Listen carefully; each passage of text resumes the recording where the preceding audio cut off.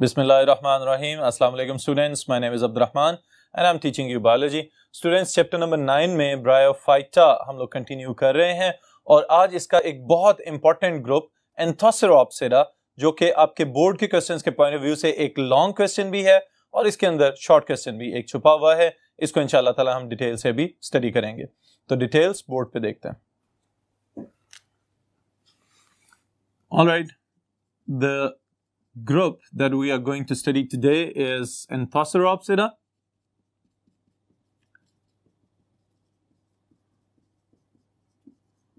और इसका common name that is hornworts. Alright, सींगों वाले ब्रायोफाइट्स। लफ्जी तर्जुमा इसका ये बनता है।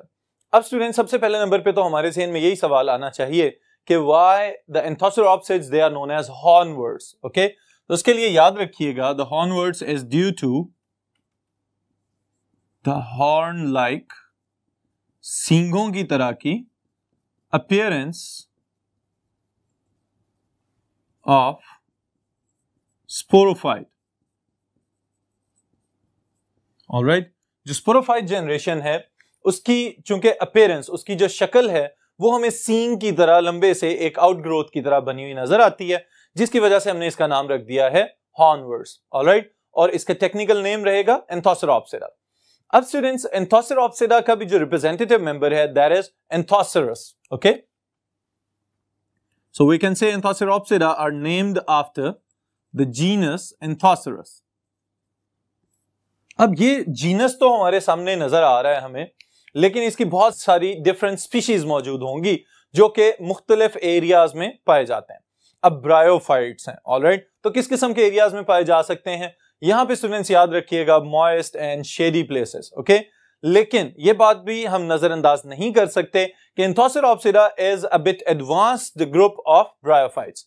जैसे हमने पिछले ग्रुप्स पढ़े हैं, जैसे कि आपने पढ़े थे लिवरवर्ट्स और फिर उसके बाद मॉसेस, उनकी तरह के ये ब्रायोफाइट्स के ग्रुप में तो शामिल हैं, लेकिन साथ ही साथ इनके अंदर कुछ नई चीजें ऐड अप हो गई हैं with the passage of time.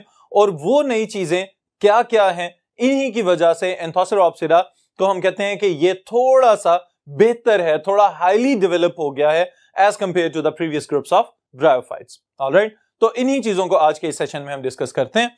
The first thing is about the gametophyte.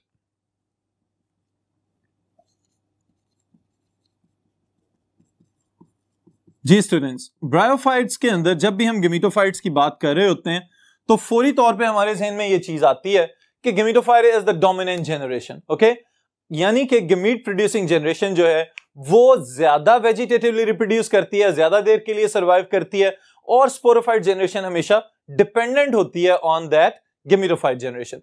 लेकिन यहां पे याद रखिएगा कि ऐसा नहीं है। Gametophyte generation is vegetatively rich, यानी कि फोटोसिंथेटिक है, लेकिन इसके अंदर जो स्पोरोफाइट की डिपेंडेंसी है वो अब पहले की तरह या पिछले ग्रुप्स की तरह नजर नहीं आती। ओके, तो गेमेटोफाइट के मुतालिक हम क्या लिख सकते हैं? It is highly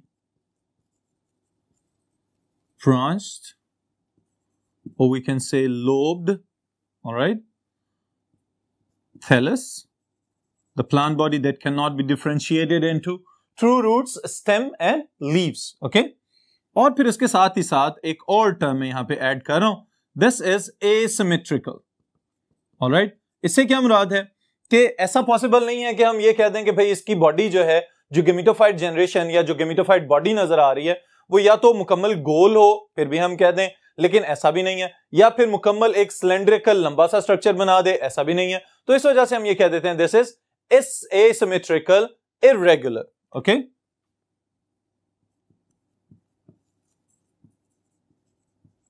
all right students, these are the common features about the gametophyte of Anthoceropsida. अब फिर इसमें जो रिप्रेजेंटेटिव मेंबर हम डिस्कस कर रहे हैं mainly that is Anthoceros. Okay, और एंथोसेरस के मुतालिक जब हम बात करेंगे तो उसका गेमेटोफाइट भी हमें इसी तरह से नजर आएगा, लेकिन जो अहम चीज है with a slide advancement that is about the reproductive structures. Okay, और रिप्रोडक्टिव स्ट्रक्चर्स को हम क्या कह सकते हैं? गेमेटेंजिया। गेमेटेंजिया के लिए स्टूडेंट्स एक नई टर्म मैं यहां पे इंट्रोड्यूस करवा रहा हूं, दैट इज संकन। ऑलराइट, अब संकन का लफ्जी मतलब तो ये बनता है कि डूबे हुए स्ट्रक्चर्स। अब डूबे हुए स्ट्रक्चर्स यहां पे तो हम वेजिटेटिव स्ट्रक्चर की बात कर रहे हैं कि ये पौधा नजर किस तरह से आता है और इसके ऊपर एंथ्रीडिया और आर्चिगोनिया मौजूद कहां पे हैं। तो पिछले ग्रुप्स में हमने ये देखा था कि ब्रांचेस की टिप्स के ऊपर जाके एंथ्रीडिया और आर्चिगोनिया मौजूद होते थे, लेकिन यहां पे ऐसा नहीं है, बल्कि क्या होगा कि जो सरफेस है थैलस की उसके अंदर धंसे हुए या खुबे हुए एंथ्रीडिया और आर्चिगोनिया नजर आ सकते हैं। फिर इसके साथ ही साथ जो याद रखने वाली बात है वो ये भी है कि मे बी मेल और female reproductive structures same thallus के ऊपर मौजूद हों, और ये भी मुमकिन है कि अलहदा अलहदा गेमेटोफाइट थैला मौजूद हों जिनके ऊपर एंथ्रीडिया अलहदा पौधे के ऊपर और आर्चिगोनिया किसी अलहदा पौधे के ऊपर मौजूद हों। So we can write antheridia and Archigonia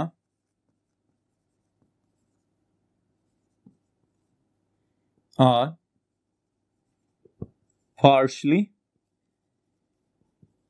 sunken or embedded, धंसे हुए inside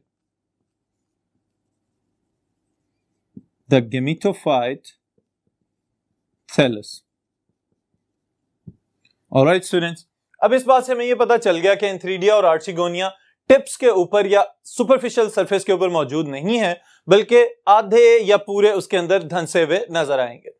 अब फिर इसके बाद जो अहम चीज इसकी थैलस की जो अपीयरेंस है, ओवरऑल जो गेमेटोफाइट थैलस की अपीयरेंस है, उससे रिलेटेड याद रखिएगा, क्योंकि ये हमारे यहाँ इर्द गिर्द पहाड़ी इलाकों में भी पाया जाता है एंथोसरस, और इसकी मुख्तलिफ स्पीशीज, स्पेशली ये हिमालयन रेंज जो है इसी के हवाले से इसकी एक स्पीशीज का नाम भी है। तो एंथोसरस यहाँ पे कॉमनली आप देख सकते हैं। अब स्टूडेंट्स, इसकी जो अपर एपिडर्मिस वाली साइड है उसको, जिसको डॉर्सल साइड हम कहते हैं, अगर आप उसको देखेंगे तो हो सकता है वो वेलवेटी सॉफ्ट नजर आए, या ये भी पॉसिबल है कि वो बड़ी रफ सी और स्पाइनी, ऐसे हाथ लगाएं उसके ऊपर तो आपको कांटेदार फीलिंग आना शुरू हो जाए। ये इसकी अपर एपिडर्मिस या अपर डॉर्सल साइड की हम बात कर रहे हैं। और वेंट्रल साइड की यानी नीचे वाली साइड की जब हम बात करेंगे तो हमें पता चलता है कि it is just like the other bryophytes, और यहां पे क्या मौजूद है, there are rhizoids that are responsible for the absorption of water, mineral as well as the anchorage of the gametophyte generation. Okay, वो पानी और नमकियात को जज़ब करके अपर पार्ट्स की तरफ भेजेंगे और साथ ही साथ पौधे को मजबूती से सॉइल के अंदर फंसा के और पकड़ की सलाहियत उसको फराहम करते चले जाएंगे। Alright students, this is generally that you can write about the gametophyte। फिर उसके बाद अगली चीज अगर हम डिस्कस करें तो there is the sporophyte। Okay, और स्पोरोफाइट के अंदर पहले की निस्बत और ज्यादा एडवांस फीचर्स हमें नजर आते हैं, और ये याद रखिएगा स्टूडेंट्स, यहीं से इंपॉर्टेंट शॉर्ट क्वेश्चन का भी आगाज होता है, और वो क्या है, what are the advanced features of sporophyte generation in Anthoceros. तो याद रखिएगा, मैं इनको पॉइंट्स की फॉर्म में लिख रहा हूं ताकि आपको भी याद रखने में और लिखने में आसानी हो। So here we are going to write about the sporophyte।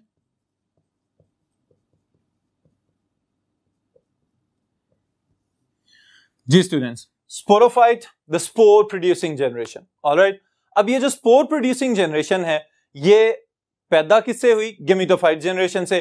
Gametophyte generation के अंदर एंथ्रीडिया और आर्चिगोनिया मौजूद थे। एंथ्रीडिया ने एंथीरोजॉइड्स प्रोड्यूस किए, आर्चिगोनिया ने एग प्रोड्यूस किया, और फिर उसके बाद उनकी फर्टिलाइजेशन हो गई। यहां पे मल्टीपल चॉइस क्वेश्चन स्टेटमेंट जो आपको याद रखनी है वो ये है, antherozoids are motile and egg that is always non motile and single. Okay, अब एंथीरोजॉइड्स ट्रेवल करके आएंगे, फर्टिलाइजेशन करेंगे, फिर उसके बाद जाइगोट बनेगा और एम्ब्रियो बनने के बाद स्पोरोफाइट जनरेशन का आगाज हो जाएगा। यहां पे हमारा पहला एडवांस फीचर जो है वो हमें मेंशन करना पड़ेगा, और वो क्या है, the sporophyte is not completely dependent on gametophyte। okay,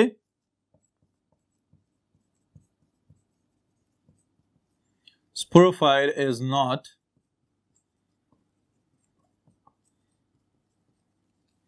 completely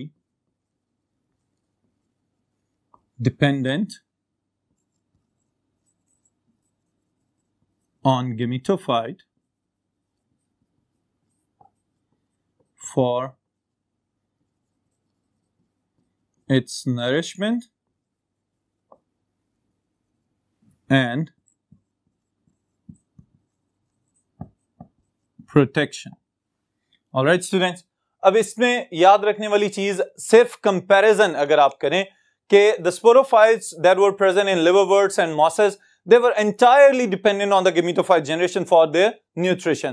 कि gametophyte के ऊपर चूंकि स्पोरोफाइट ग्रो कर रहा था और स्पोरोफाइट इटसेल्फ नॉन फोटोसिंथेटिक था, तो खुराक और नमकियात और पानी वगैरह उसको गेमिटोफाइट फराहम कर रहा होता था। ओके, लेकिन यहां पे हमने ये बात तो मेंशन कर दी कि स्पोरोफाइट जो है वो मुकम्मल तौर पे अब गेमिटोफाइट के ऊपर डिपेंडेंट नहीं है, तो हमें ये भी पता होना चाहिए कि भाई क्यों इसके ऊपर अब ये डिपेंडेंट नहीं रहा। तो उसके लिए स्टूडेंट्स जो दो फीचर्स इसने डेवलप किए हैं ये हम यहां पे मेंशन करने लगे हैं। Sporophyte possess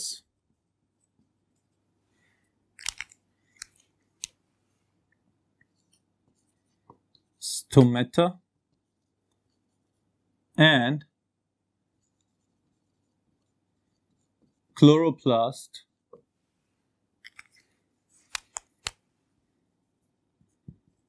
in its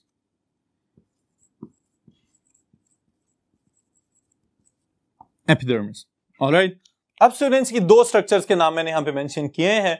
second point के अंदर हम ये मेंशन कर रहे हैं, हम ये बताना चाह रहे हैं कि स्टोमेटा और क्लोरोप्लास्ट मौजूद हैं इसके अंदर, जिसकी वजह से अब स्पोरोफाइट जो है वो मुकम्मल तौर पे गेमिटोफाइट के ऊपर डिपेंडेंट नहीं रहा।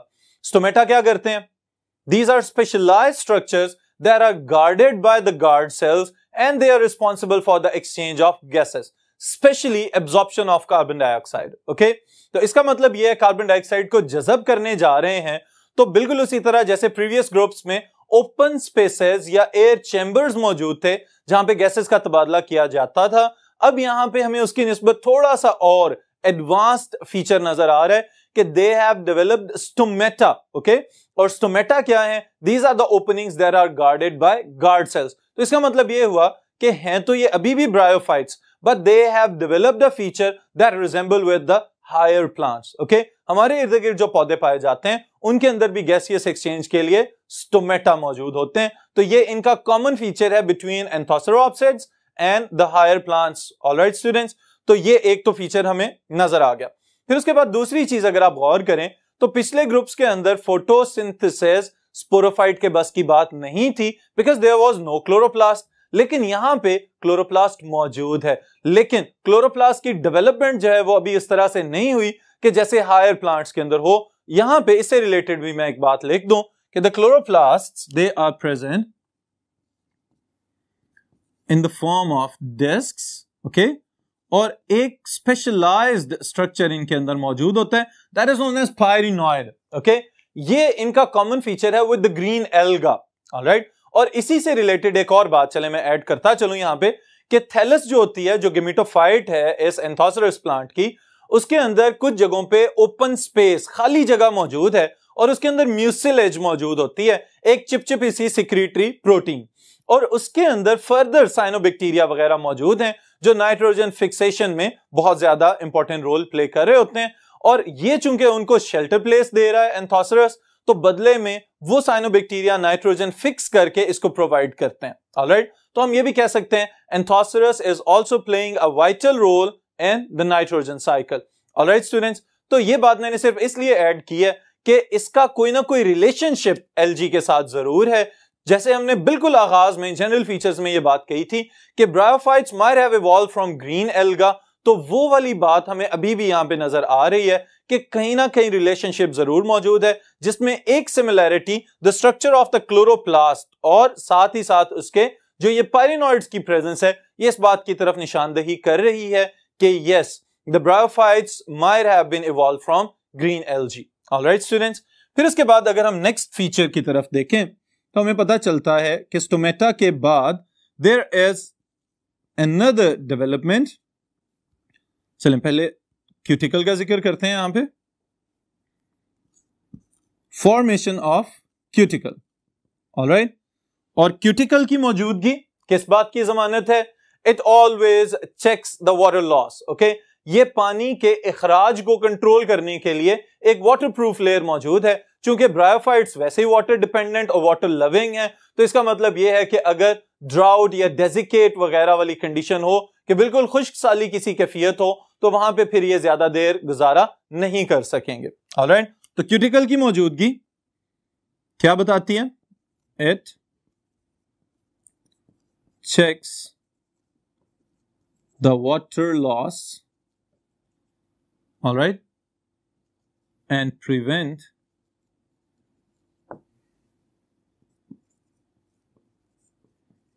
the sporophyte from desiccation. Alright students, इसका मतलब क्या? स्पोरोफाइट इस लिहाज से भी इंडिपेंडेंट है कि अब इसको पानी के लिए गेमिटोफाइट का सहारा नहीं लेना पड़ेगा। जितना पानी इसके अंदर मौजूद है उसको ये कंजर्व कर सकता है, उससे बचाव के लिए, उसके अखराज को या उससे जाया होने के अमल को रोकने के लिए इसके पास एक एक्सटर्नल लेयर मौजूद है, that is known as cuticle.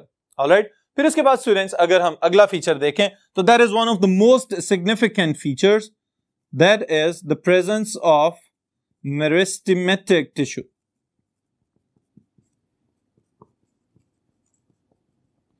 Alright, अब स्टूडेंट्स आपके याद रखने के पॉइंट ऑफ व्यू से मैं आपको ये बात बताने लगा हूं कि जनरली हम ये कहते हैं कि ब्रायोफाइट्स के अंदर जो स्पोरोफाइट जनरेशन होती है, it can be differentiated into 3 main parts, foot, सीटा एंड कैप्सूल। ऑलराइट, लेकिन एंथोसेरस के अंदर या एंथोसेरोप्सिरा के मेंबर्स के अंदर हमें इस तरह का फीचर नजर नहीं आ रहा, बल्कि इसकी बजाय एक और एडिशनल चेंज नजर आ रही है, और वो क्या है कि मेरिस्टेमेटिक टिश्यू मौजूद है लेकिन सीटा की जगह पे। ऑलराइट, अब इस चीज को एक्सप्लेन करता हूं मैं कि ये क्या कर रहा है। इससे पहले आप ये समझ लें कि मेरिस्टेमेटिक टिश्यू होता क्या है। ऑलराइट, तो स्टूडेंट्स याद रखिएगा, जब भी प्लांट्स ने कोई ग्रोथ शो करनी होती है तो पौधों के मुख्तलिफ रीजन्स के ऊपर मखसूस किस्म के सेल्स होते हैं जो कि हमेशा ये पोटेंशियल या ये एबिलिटी अपने अंदर रखते हैं कि जब भी पौधा ग्रोथ शो करना चाहे तो वो मेरिस्टेमेटिक सेल्स को मैसेज भिजवाते हैं और मेरिस्टेमेटिक सेल्स के अंदर माइटोसिस होना शुरू हो जाती है, जिसकी वजह से सेल्स तकसीम होते हैं और फिर उसकी वजह से नई शाखें, नए पत्ते और फल फूल पैदा होते रहते हैं। ऑलराइट, तो ब्रायोफाइट्स के अंदर Anthoceropsida is the first group in which meristematic tissue is present with the sporophyte. Okay, और कहां पे मौजूद है? जहां पे फुट यानी कि the lowest part of the sporophyte और उसके बाद कैप्सूल के दरमियान वाला पोर्शन जहां पे नॉर्मली सीटा होना चाहिए था, at the junction of foot and the capsule, okay, और spore producing structure meristematic tissue is present. Alright, तो मेरिस्टेमेटिक टिश्यू को पहले डिफाइन करते हैं, फिर उसके बाद ये बताएंगे कि आपने इसको लिखना किस तरह से।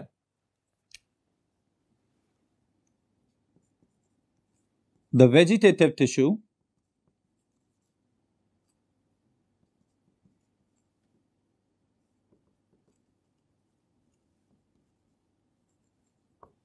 that retain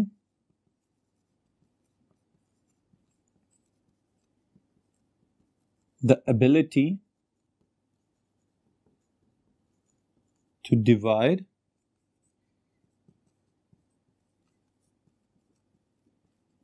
and is responsible for growth of plant parts. Alright students, इसको हम कहते हैं मेरिस्टेमेटिक टिश्यू। मेरिस्टेम्स उन रीजन्स को कहा जाता है जहां पे मेरिस्टेमेटिक टिश्यू मौजूद होंगे। ऑलराइट, और फिर यहां पे इनकी क्या एबिलिटी है और क्या पोजीशन है, ये मल्टीपल चॉइस क्वेश्चन स्टेटमेंट भी है, तो इसको हम लिख लेते हैं।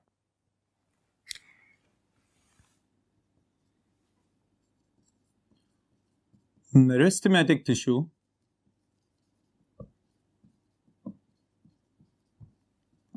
is present at the junction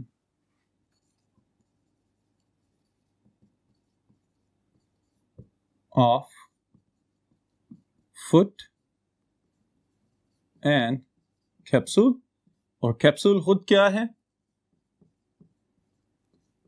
Spore producing structure.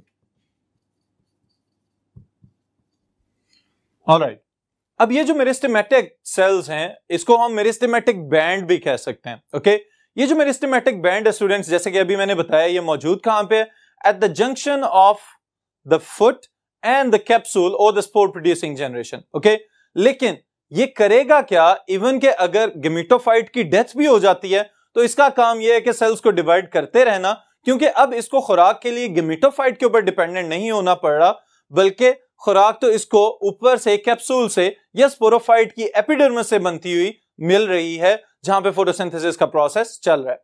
Alright, तो इसके लिए हम एक और स्टेटमेंट यहां पे मेंशन करते हैं।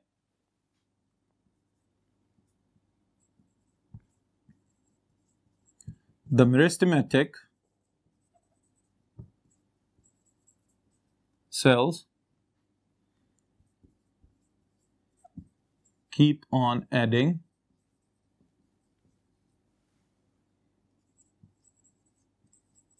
new cells towards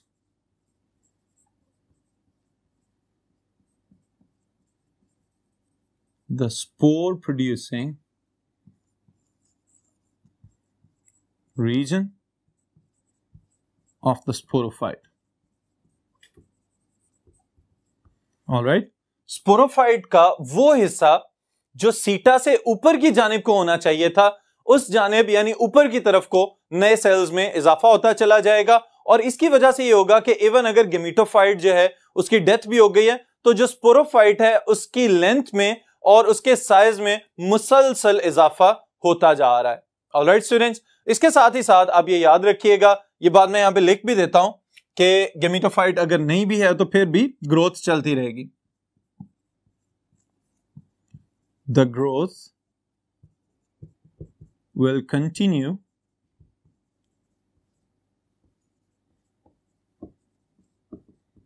even after the death of gametophyte. Alright students, तो ये कुछ जनरल फीचर्स हैं जिनको हम एडवांस कैरेक्टरिस्टिक्स कह सकते हैं एंथोसेरा ऑप्सिरा के। याद रखिएगा कि एंथोसेरस पाकिस्तान के हिली एरियाज में आप इसको ऑब्जर्व कर सकते हैं, लेकिन मॉइस्ट कूल शेडी प्लेसेस के ऊपर। ऑलराइट, और पहचान इसकी क्या होगी कि इसके गेमेटोफाइट के ऊपर आपको आउटग्रोथ्स, सींगों की तरह की आउटग्रोथ्स नजर आएंगी, जो कि असल में क्या है? इसका स्पोरोफाइट। और इसके स्पोरोफाइट की जो हाइट है वो पिछले ग्रुप्स के स्पोरोफाइट्स की निस्बत ज्यादा होती है, तो इस वजह से आप इसको आराम से ऑब्जर्व कर सकते हैं। ऑलराइट स्टूडेंट्स, तो यहीं पे आज के इस सेशन को खत्म कर रहे हैं, फिर इंशाअल्लाह ताला नेक्स्ट सेशन में नेक्स्ट टॉपिक के साथ मुलाकात।